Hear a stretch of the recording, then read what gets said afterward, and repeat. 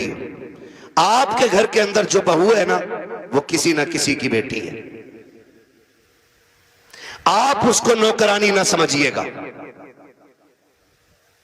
ये शिकायत लोग करते हैं ना कि बहू अब्बा नहीं कहती है, तो सुन भाई अब्बा, तू पहले से इस घर में रह रहा है, बच्ची बाद में आई है, इसको तुम्हारे बीच घुलने मिलने में वक्त लगेगा, इस घर को अपना समझने में वक्त लगेगा, लेकिन तू तो पहले से है ना, तो लाजिम है कि तू उसे बेटी पहले कह, वो तुझे बाद में अब्बा कहेगी। उसे ये एहसास दिलाइए कि तू गैरों में नहीं, अपनों के बीच में आई है। तू बगैर बाप की नहीं, यहां तेरा बाप है। तू बगैर मां की नहीं, यहां तेरी मां भी है। तू बगैर बहन के नहीं, यहां तेरी बहनें भी हैं, यहां तेरे भाई भी हैं। यह एहसास उसको दिलाइए। अभी शेर पढ़ा था हसन रजा बरेलवी साहब ने, उन्होंने हजरत उमर के हवाले से कहा था, बच्ची ने जो कहा था ना, अम्मी खुदा देख रहा है, खुदा देख रहा है। हजरत उमर जब उसको अपने बेटे की दुल्हन बना करके लेकर आए, घर में बैठा के कहा था, बेटी बता मैं तेरा क्या लगता हूं। तो बच्ची ने कहा था, आप मेरे चचा लगते। आपने कहा बस चचा? कहा हाँ आप मेरे चचा लगते। तो कहा बेटी बाप नहीं कहोगी? कहा मेरे बाप का इंतकाल हो चुका है। हजरत उमर की आंख में आंसू आए। फरमाया खबरदार, आज के बाद चचा ना कहना, जब भी कहना बाप कह के आवाज देना, इसलिए कि अगर एक बाप चला गया है, खुदा ने तुझे दूसरा बाप अता कर दिया है। हम पहले अपनी तरफ से पहल करें कि उसको अपनी बेटी तस्लीम करें, लेकिन ना बहू आई, सास का कैमरा लग गया। इसकी आंखें कुरान पढ़ने में काम नहीं करती हैं, इसकी आंखें तस्बीह में काम नहीं करती, इसकी आंखें बहू पे बराबर काम कर रही हैं। दूर बैठी है और उसे देख रही। तुझा शाम कोई लल्ला कि तेरी बहू बहुत लफूदड़ी है। कहा क्योंकि इसे बर्तन धोने नहीं आते। तो तुझे कैसे पता कि मैं देख रही थी? इसे ये काम करना नहीं आता, इसे ये भी नहीं पता किचन किधर है। वो नई नई आई है, सब सीख जाएगी। खुदारा रवैये बेहतर करो। आपकी बेटी से नुकसान हो जाता है, कहते हैं पगली कब सीखेगी। और जब बहू से नुकसान होता है ना, डायरेक्ट कहते हैं हराम का था, तेरे बाप ने ला के रख दिया, जो तोड़ दिया तूने। जब ये ताने बच्चियों को दिए जाते हैं ना, तो खुदा की कसम बच्चियां फिर रोया करती हैं। शाम को शोहर के बिस्तर पर बैठ के कहती हैं, मेरे सरताज अपने माँ बाप से कह दो जूतियां मारे, चप्पल मारे, हमें कोई शिकायत नहीं है, लेकिन कभी बाप का ताना ना दे, बाप की गुर्बत की गाली ना दे। जब कोई हमारे बाप की गुर्बत की गाली देता है, तब वह चोट यहाँ नहीं यहाँ लगा करती है। बेटियां रो के कहती, इन्हें क्या मालूम है, जिस दिन से मैं पैदा हुई मेरे बाप ने घी खाना छोड़ दिया था। इनको क्या पता है जब मैं पैदा हुई थी मेरे बाप ने शौक पूरे करना छोड़ दिए थे। मेरी माँ कहती थी घी क्यों नहीं खाते हो, कमजोर हो जाओगे। तब मेरा बाप कहता था कि इतना कर लूं ताकि बेटी को इज्जत से रुखसत कर दो। ए मेरी बीवी, मेरा बाप कहता था मेरी बीवी तू घी की बात करती है, जिस दिन बेटी को इज्जत से रुखसत कर दूंगा उस दिन दुनिया का सबसे बड़ा पहलवान कहलाने लग जाऊंगा। अगर लड़की को देखने वाले आकर के एक बार जाकर के ये कहते लड़की पसंद नहीं आई है, तब लोग उस लड़की में कीड़े पैदा करना शुरू कर देते हैं। कोई कहता है कि चलन अच्छा नहीं होगा, कोई कहता है कि बच्ची का घरवार अच्छा नहीं होगा, कोई कहता है कैरेक्टर अच्छा नहीं होगा, कोई कहता नहीं नहीं नाक नक्शे की कमी रह गई होगी, कोई कहता देने के लायक नहीं है। इतनी बातें लड़की में पैदा की जाती है। और तुम्हें खुदा का वास्ता है, मिलाद वाले मुस्तफा का वास्ता हाथ जोड़ के कहता हूं, जब बेटियों की रिश्ते की बारी आया करे तो शद्दाद हमान ना बना करो, नमरूद फिरौन ना बना करो, दुनिया में हाकिम ना बना करो। अगर बेटी की चाहिए आपको तो किसी पे जबरन बेटी ना लो, दौलत के साथ बेटी ना लो, बल्कि झोली फैलाओ, भिखारी बन जाओ और के खुदा के वास्ते बेटी दे करके हमारी नस्लों को इज्जतें दे दे। खुदा की कसम, जब बेटियां ऐसे आती हैं तो फिर नस्लों में खालिद बिन वलीद जैसे लाल पैदा होते हैं। लेकिन ऐसा मांगे कौन? बारात भी तो लेके जाएगा। कितनी बारात चल रही है भाई? हाँ, जब निकाह इमाम पढ़ा देना तो कहते इमाम साहब कितने पैसे हो गए? तो इमाम साहब ने कह दिए 5,000। गरीब इलाका होगा यार, छोड़। अगर इमाम ने कह दिया ना 7,786, तो कह रहा कौन सी शरीयत में है? फिर कह रहा कौन सी शरीयत में? अब तुझे शरीयत याद आई, तेरा बाप जो हराम के खाने खिलाने के ये 300-400 लोग लेके आया, ये तेरे बाप की लाल किताब में लिखे? बेटियां मुर्तद हो रही हैं, जहर खा रही हैं तुम्हारे इन पापों की बुनियाद पर। बारात का इस्लाम में कोई तसव्वुर ही नहीं है, बिल्कुल तसव्वुर नहीं है। हक ही नहीं है कि बेटी वाला खाना खिलाए बारात को।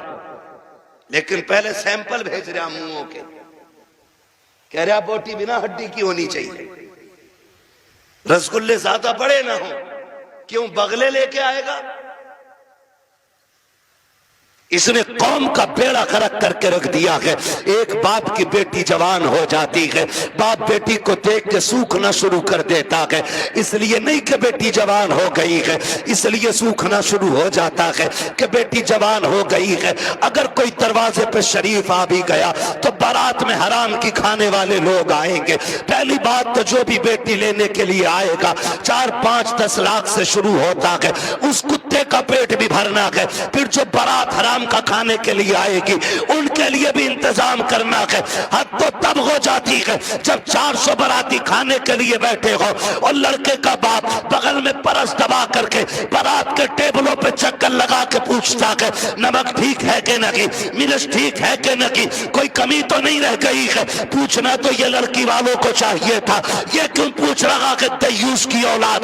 इसको हक किसने दिया है कि ये खाने की कमी पता करे? और कितने बेगैरत होते हैं, उसके बावजूद भी उठ के कहते हैं नहीं जी बात तो ठीक है, खाना भी सही है, लेकिन नमक ज्यादा कर दिया गया है, मिर्च तेज कर दी गई है और बेगैरत नाक तक खा चुका है, तो खाने में ऐब निकाल क्यों रखा है? पहली बात तो ये है लड़के वालों को हक नहीं है कि वो बारात के खाने के बारे में पूछे और फिर ये कहे खाना कैसा है। सुन बेगैरत सुन, जब तुझे लगे कि तेरी बारात हराम के लुक़मे तोड़ लगी है तो कोने में झांक के देखना, उसी पिंडाल के किसी कोने में लड़की का बाप सहमा हुआ होगा, गर्दन झुकी होगी, बगल में हाथ होंगे, आंखों में नमी होगी, कभी बारात देखता होगा, कभी आसमान को देखता होगा, कहेगा मालिक आज लाज बचा लेना। अगर एक बाराती फाके से चला गया मेरी बेटी को पूरी जिंदगी ताना दिया जाएगा।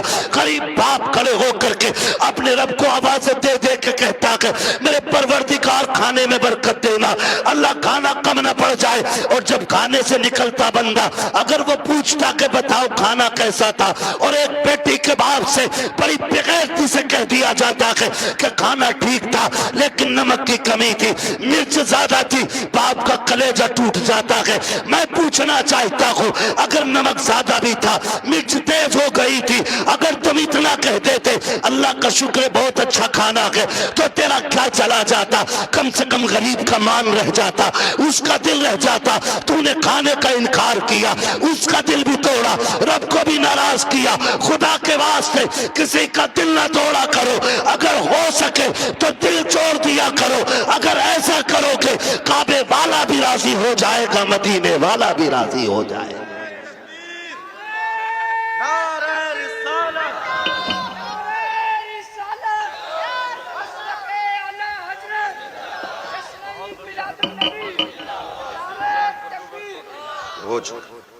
तवज्जो है सारे लोगों की? जरा कह दे या रसूल अल्लाह, खाली जलसे करने से कुछ नहीं होने वाला। तुम्हारी बेटियां मुर्तद हो जाएं, भाग जाएं गैर के साथ और तू तस्वीर लेके बैठा रहे, इस्लाम इसकी इजाजत नहीं देता है। इस्लाम इसकी इजाजत नहीं देता है। हर वो रास्ता बंद करो जो हमारी बेटियों को मुर्तद होने पे मजबूर कर रहा है। फला की गई है, हमारी थोड़ी गई ना, एक की गई तो सबकी चली गई। हो कहां पे? तुम्हें पता है? सोशल मीडिया चेक करो, लड़कियों से कलमा पढ़वाते हो, मुसलमान की प्रूफ क्या है?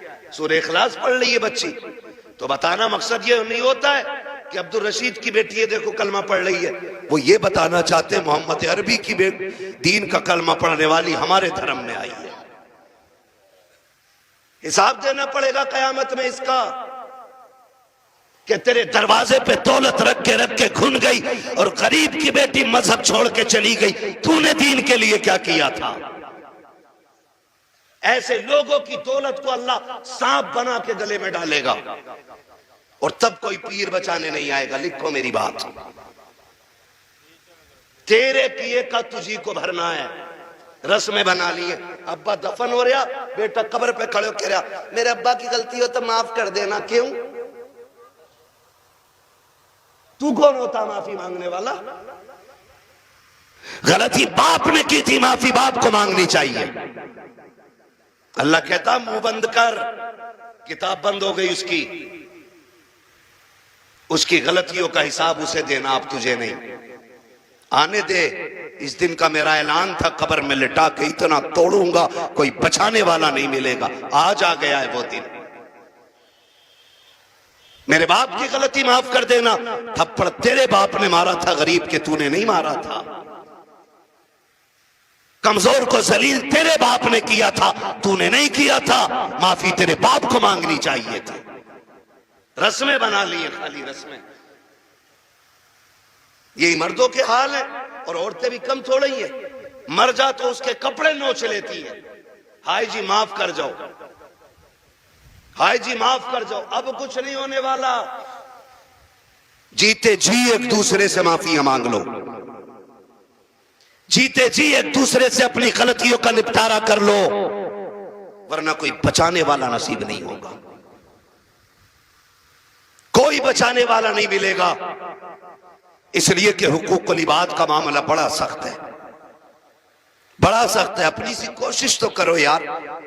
आका फरमाते तू अपनी सी कोशिश कर, फिर जहां नहीं बनेगी वहां बात बनाने के लिए मैं आ जाऊंगा। आला हज़रत फरमाते वुसअतें दी हैं खुदा ने दामने महबूब को, जुर्म खुलते जाएंगे आका। आका मैं फ्री में जन्नत नहीं बांट सकता, माफ कीजिएगा। अगर फ्री की जन्नत के लिए बैठे हो तो मेरी जन्नत नहीं, जन्नत हसनैन के नाना की है। जन्नत उसे मिलेगी जिसे हुजूर चाहेंगे, लेकिन हम अपने आप को बदलें। कितने लोग जन्नत में जाना चाहते हैं? नौजवान बताएं, नौजवानों को मैंने हाथ उठवाए। जिनके निकाह हो गए वो हाथ नीचे कर ले, जिनके नहीं हुए वो हाथ ऊपर रखे। जिनके नहीं हुए ठीक है ना, अब हाथ नीचे कर लो। आप इतने लोग यहां बैठे, बताओ जन्नत में जाना चाहते हैं कि नहीं हम लोग? एक आसान तरीका बताऊं, आसान तरीका यह है, बिना डिमांड किए किसी गरीब की बेटी को अपने घर की इज्जत बना लो। तुम्हें मरने में देर लगेगी, रब को कब्र को जन्नत बनाने में देर नहीं लगेगी। हाँ, कितने लोग वादा कर रहे हैं इंशाअल्लाह जहेज की डिमांड नहीं करेंगे। क्या बात है, सलामत ने हुजूर आपके हाथ देखें, अल्लाह करे इस महफिल की। उन्होंने नीचे कर लिया हाथ। हाँ अच्छा, नहीं वो लगने गई होगी, अब्बा ने कही होगी मुंह तोड़ दूंगा तो बुलेट ना मिली तो। अब्बा भी बड़ा बेगैरत होता, हाथ नीचे करो, अब्बा याद आ गया। 1 मिनट नहीं बैठागा अब्बा को बुलेट पे ही, और अब्बा लिस्ट में सबसे ऊपर बुलेट लेके घूम रहा। हाँ 1 मिनट नहीं बैठागा बुलेट पे अब्बा को, और अब्बा के हाथ में इतनी लंबी लिस्ट है। पिलाई पूछ दिया बेड में क्या इंची वाली है, 1 दिन नहीं बैठेगा बुढ़ा बेड पे। और गरीब का जीना हराम करने में सबसे आगे है। नहीं अब्बा ही कर रहा है, तो कितने लोग जन्नत में जाना चाहते हैं? नौजवान जरा बताएं, मैं आसान तरीका बता रहा हूं। सारे जाना चाहते हैं ना? हाथ नीचे कर लो, खुदा सलामत रखे। पूर्व ससुर के देने से नहीं पड़ती है, किसके देने से पड़ती है? बहुत कमजोर लोग हो यार। हमारा रब कौन है इतना पता है ना, तो फिर बोलो किसके देने से पूर्व पड़ती है? तो ससुर से मांगना चाहिए कि अल्लाह से? बोलो किससे? तो इसे कुत्ता ना कहूं जो ससुर के आगे यूं कह रहे हैं 10 लाख चाहिए, कोई दिक्कत ना। कुत्ता वो खाता जो फेंका जाता है, और ये कुत्ते से बदतर है जो छीन के ला रहा है। कितने ऐसे लोग हैं ना, कितने होशियार होते हैं, इतने होशियार होते हैं। रिश्ता करा दो साहब, कोई डिमांड करना ना, कुछ ना, खाली लड़की दिलवा दी। खाली लड़की मिल गई, फिर बिचौली आके कहता सुनो कि हाँ कि लोग बड़े अच्छे शरीफ हैं, कुछ भी ना मांग रहे, लड़की कह रहे लेकिन यार तुम कुछ गैरत करियो। बिचौलिया भी बड़ा बड़ा बना हुआ पड़ा। अगर इसकी कुटाई का नंबर आ गया ना तो कोई बचाने वाला नहीं मिलेगा। कोई बिचौलिया, सबको नहीं कह रहा हूं, जो अच्छे वो तो अच्छे ही है। एक दूसरे का मुंह ना देखा करो, मुझे दोनों ही चोर लगते हैं। फिर तो कह रहा तुम्हें पता लोग तो बहुत अच्छे हैं लेकिन थोड़ा सा ख्याल करियो। क्या ना गाड़ी कौन सी निकाल ले? तो गरीब बंदा कह रहा है कि हाँ एस्प्लेंडर निकालने कि ना। वो लड़का कह रहा था यार वो बुलेट हो जाती ना तो अच्छी थी। ऐसे भीख मांग रहा, कैसे फेर डाल के भीख मांग रहा। जो दरवाजे पे आके कहता भीख मांगता, वो भी कहता खुदा तेरी नस्लों को आबाद रखे, तेरी औलाद सलामत रहे, तेरी नस्लें बरकत होती रहे। हैं भीख मांगने वाला भी ये कह रहा, और ये डायरेक्ट कह रहा ना बुलेट हो जाती तो अच्छी थी। लड़के का मन जो है ना थोड़ा बुलेट को हो रहा, और तुम पे ना हो पैसे तो हमसे ले लो। तो लड़की वाला गैरत करके कहता ना यार हम ही डाल देंगे। इसका काम सीधा बुलेट करवा दी एक बार में। जब शादी के 4 दिन रह गए तो कह रहा खाने में क्या दे रहे हो? सुना खाली कोरमा कर रहे हो, क्यों कबाब खागा? बेगैरत कहीं का। कह रहा कोरमा कर रहे हो खाली, क्यों? उसकी कलेजी भुनवा ले लड़की के बाप की। बेटे पैर थोड़ा जलसा है। कह रहा खाली कोरमा कर रहे हो क्या? हाँ कहना वो ये कह रहे थे ना बिरयानी भी हो जाती और थोड़ा हलीम और बढ़ा दियो। अब तो ये चल ही रहा, फेफड़े निकाल दिए बेटी वालों के, ऐसी कंडीशन कर देते। अभी कुछ दिन पहले की बात थी, एक न्यूज शाये की गई, एक बाप ने बेटी की शादी से 4 दिन पहले फांसी लगा ली। क्यों फांसी लगाई? तारीख का ये बाप इस दौर के कलंक बन करके माथे पे चमकता रखेगा, सिर्फ इसलिए कि जब बेटी के निकाह के 3 दिन बाकी रह गए थे तब ससुराल वालों ने लिस्ट बनाकर जहेज की भेजी। उसमें महंगे महंगे सामान भी थे। गरीब बाप जब शाम को घर पे आया, खाने के लिए बैठा तो लुक़्मे हलक से नहीं उतरे। बेटी बेटी होती है समझ गई। अब्बा बात क्या है, क्यों नहीं खा रखे हो? का बेटी कुछ नहीं है। अल्लाह अकबर बेटी कहती है अब्बा मेरी वजह तो नहीं है? का नहीं बेटी तेरी कोई वजह नहीं है। तारीख गवाह है कि वो बाप जो दिन भर ठेला लगाता था, जिसको बाप की बेटे की रुखसती करनी थी, उस बाप ने रात के सन्नाटे में फांसी लगा करके अपनी मौत को गले लगाया। अगले दिन लाश जब उतारी गई, जेब के अंदर से कागज मिला, उसमें लिखा हुआ था मेरे रिश्तेदारों मैं इस लायक नहीं हूं कि तुम्हारी खुशी पूरी कर सकूं, और बेटी को नाकामी का चेहरा नहीं दिखा सकता था, इसलिए मैं दुनिया छोड़ के जा रहा हूं। अगर मेरी लाश तुम्हारे काम आ जाए तो इससे फायदा उठा लेना। तुम्हें खुदा का वास्ता इन हालात में बेटी वालों को मत लाओ।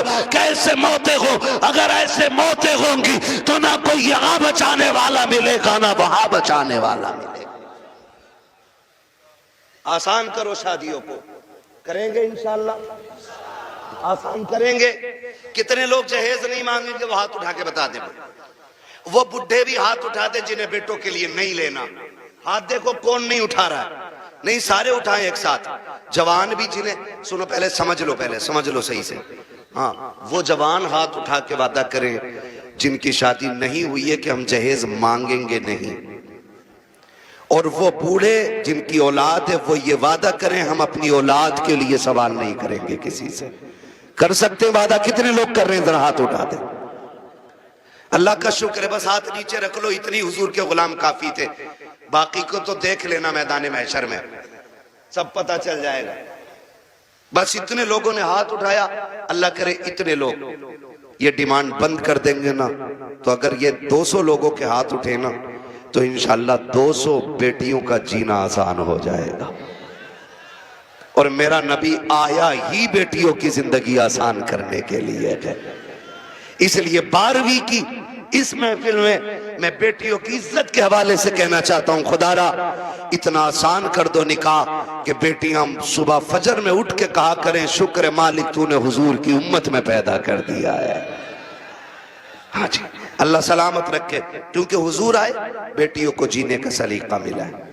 और बेटियों से भी एक बात कह जाऊं आखिर में, कह दूं बेटियों से भी एक बात, आखिरी बात है, बेटियों से भी कह दे रहा हूं, बेटियों से गुजारिश है, कभी भी अपने बाप के सामने खड़ी ना होना। खड़े होने का मतलब यह है कभी बाप के मुकाबले में ना आना। कभी ऐसा नहीं होना चाहिए कि बाप के जायज फैसले पे तुम इनकार करो।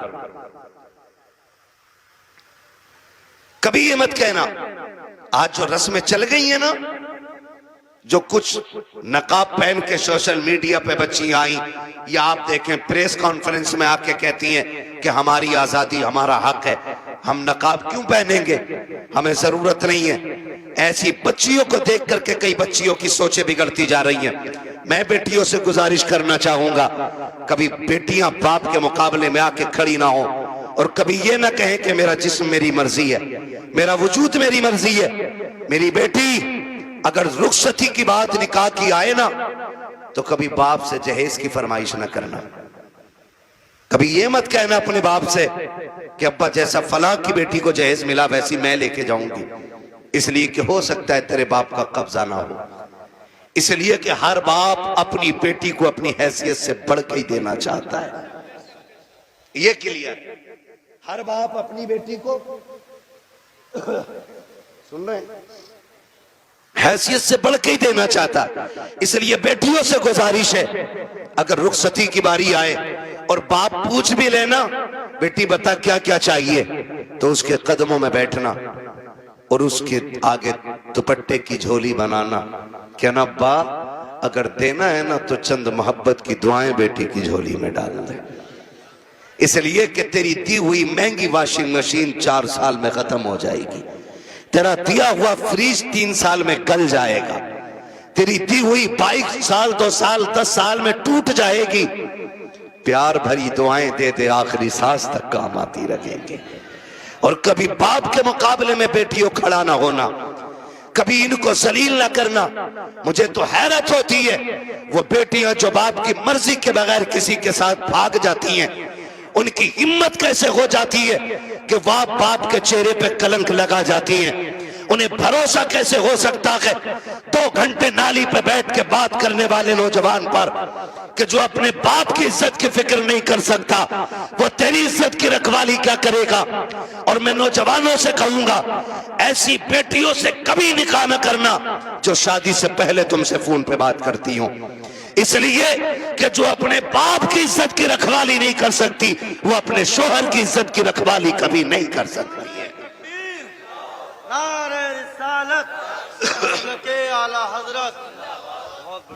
आपसे कहना चाहता हूं, मत कीजिए ऐसी बच्चियों से शादियां जो शादी से पहले आपके साथ फोन पे बात कर रही हैं। इसलिए कि जितना बाप ने एहसान तुम पे किया है ना बेटियों, तुम्हारा शोहर नहीं कर सकता है, नहीं कर सकता है। और ये तेरा मजनू लुल, ये 3 घंटे मच्छरों से कटवाने वाला नाली पे बैठ के और कह रहा तुझे चांद तारे दिखाऊंगा, जो खुद मच्छरों से नहीं बच रहा ये चांद तारे दिखागा।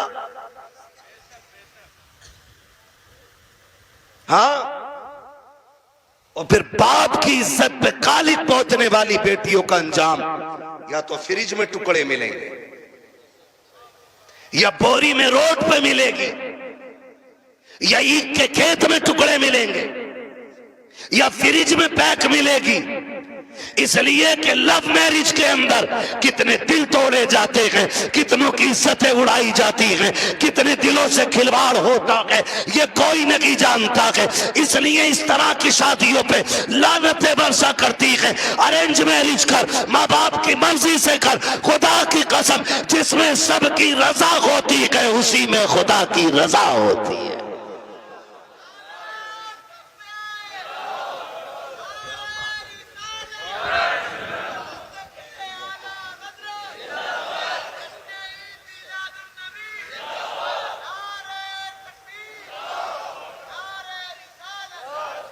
आखिरी गुजारिश बेटियों से है, बाप के चेहरे पे कालिक ना पोतना।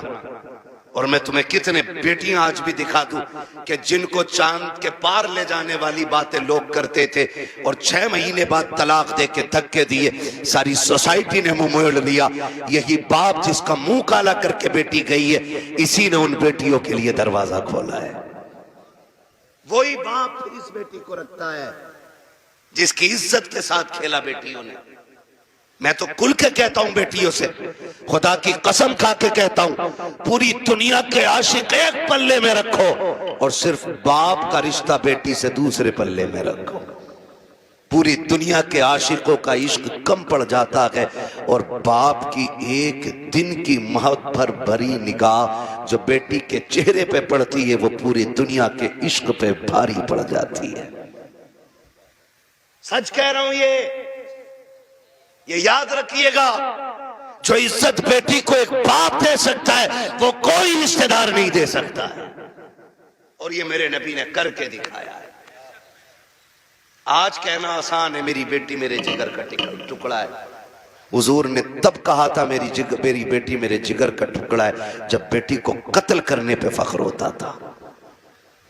हाँ, क्या दोगी बेटी हो, क्या कर सकती हो बाप के लिए, इसका एहसान जानती हो तो तुम्हें बताऊं। अगर ना पता हो ये बात जहन नशीन कर लेना। एक एक बेटी मेरी बात कान खोल के सुन लेना। इस बेटी को 12वीं वाले सरकार ने इज्जतें दी हैं। सुन मेरी बेटी, जब तू माँ के शिकम में आई थी, पूरा खानदान कह रहा था बेटा होगा तो अब्दुल्ला नाम रखेंगे। कोई कहता था अपने नाम पे नाम रखूंगा, कोई कहेगा भतीजे का नाम ये रखूंगा, दादा कहते था पोते का नाम ये रखूंगा, दादी कहती थी लाडला आएगा, नाम उसका शेर रखा जाएगा, अब्दुल्ला रखा जाएगा। सबने बेटों के नाम सोचे थे, बेटी का तो तसव्वुर भी किसी का नहीं था। जब वक्त ऊपर हुआ विलादत के वक्त से, तेरी माँ को हॉस्पिटल ले जाया गया। चचा ने कहा कि ऑर्डर दे दो, जल्दी से मीठा बन जाए, भतीजा आने वाला है। पूरे खानदान में खुशियां थी, लेकिन अचानक हॉस्पिटल से फोन आया कि बेटी आई है। चचा का चेहरा उतर गया, दादी का चेहरा उतर गया, दादा बिस्तर पे गिर गया। वो जो मीठे बने थे, लोगों ने ऑर्डर कैंसिल कराए। दुकान वालों ने कहा क्यों नहीं लेता, कहा बेटा आता तो लेता, भतीजा आया के इसलिए मीठा नहीं चाहिए। ये कह के मीठा टुकड़ा दिया गया था, क्योंकि तू पैदा हो गई है। दुनिया ने तुझे मनहूस समझ रहा है, दुनिया आज भी तुझको वैल्यूबल नहीं मान रखी है। खुदा की कसम खा के कहता हूँ, जब चचा को तेरे आने से तकलीफ, दादा को तेरे आने से तकलीफ, दादी का चेहरा तेरी वजह से उतरा है, सबने तुझे ठुकराया। एक बाप ही तो था जो हॉस्पिटल सीना उठा के गया था और इसने तुझे गोद में उठा के तुझे चूम के कहा था दुनिया लानत दे रखी है, लेकिन शुक्र है अल्लाह ने मुझे जन्नत का टिकट अता फरमा दिया है। सबसे पहले जिसने तुझे अपनाया वो तेरा बाप था। हालांकि चचा ने भी मीठे से इनकार किया। ये कहता मेरे लिए जन्नत का टिकट आ गया, मेरे जिगर का टुकड़ा आ गया है। ये बाप फिर तुझे कंधे पे लेके बाजार गया। लोग कहते थे दुनिया बेटे को उठा के घूमती है, कितना मनहूस है, 4 बेटी ही बेटियां, एक चराग जलाने वाला नहीं। मैं कहता हूं मुंह बंद कर, अल्लाह बुझाने पे आए ना तो 18 बेटों वालों के चराग बुझा देता है, और जब जलाने पे आता है तो खुदा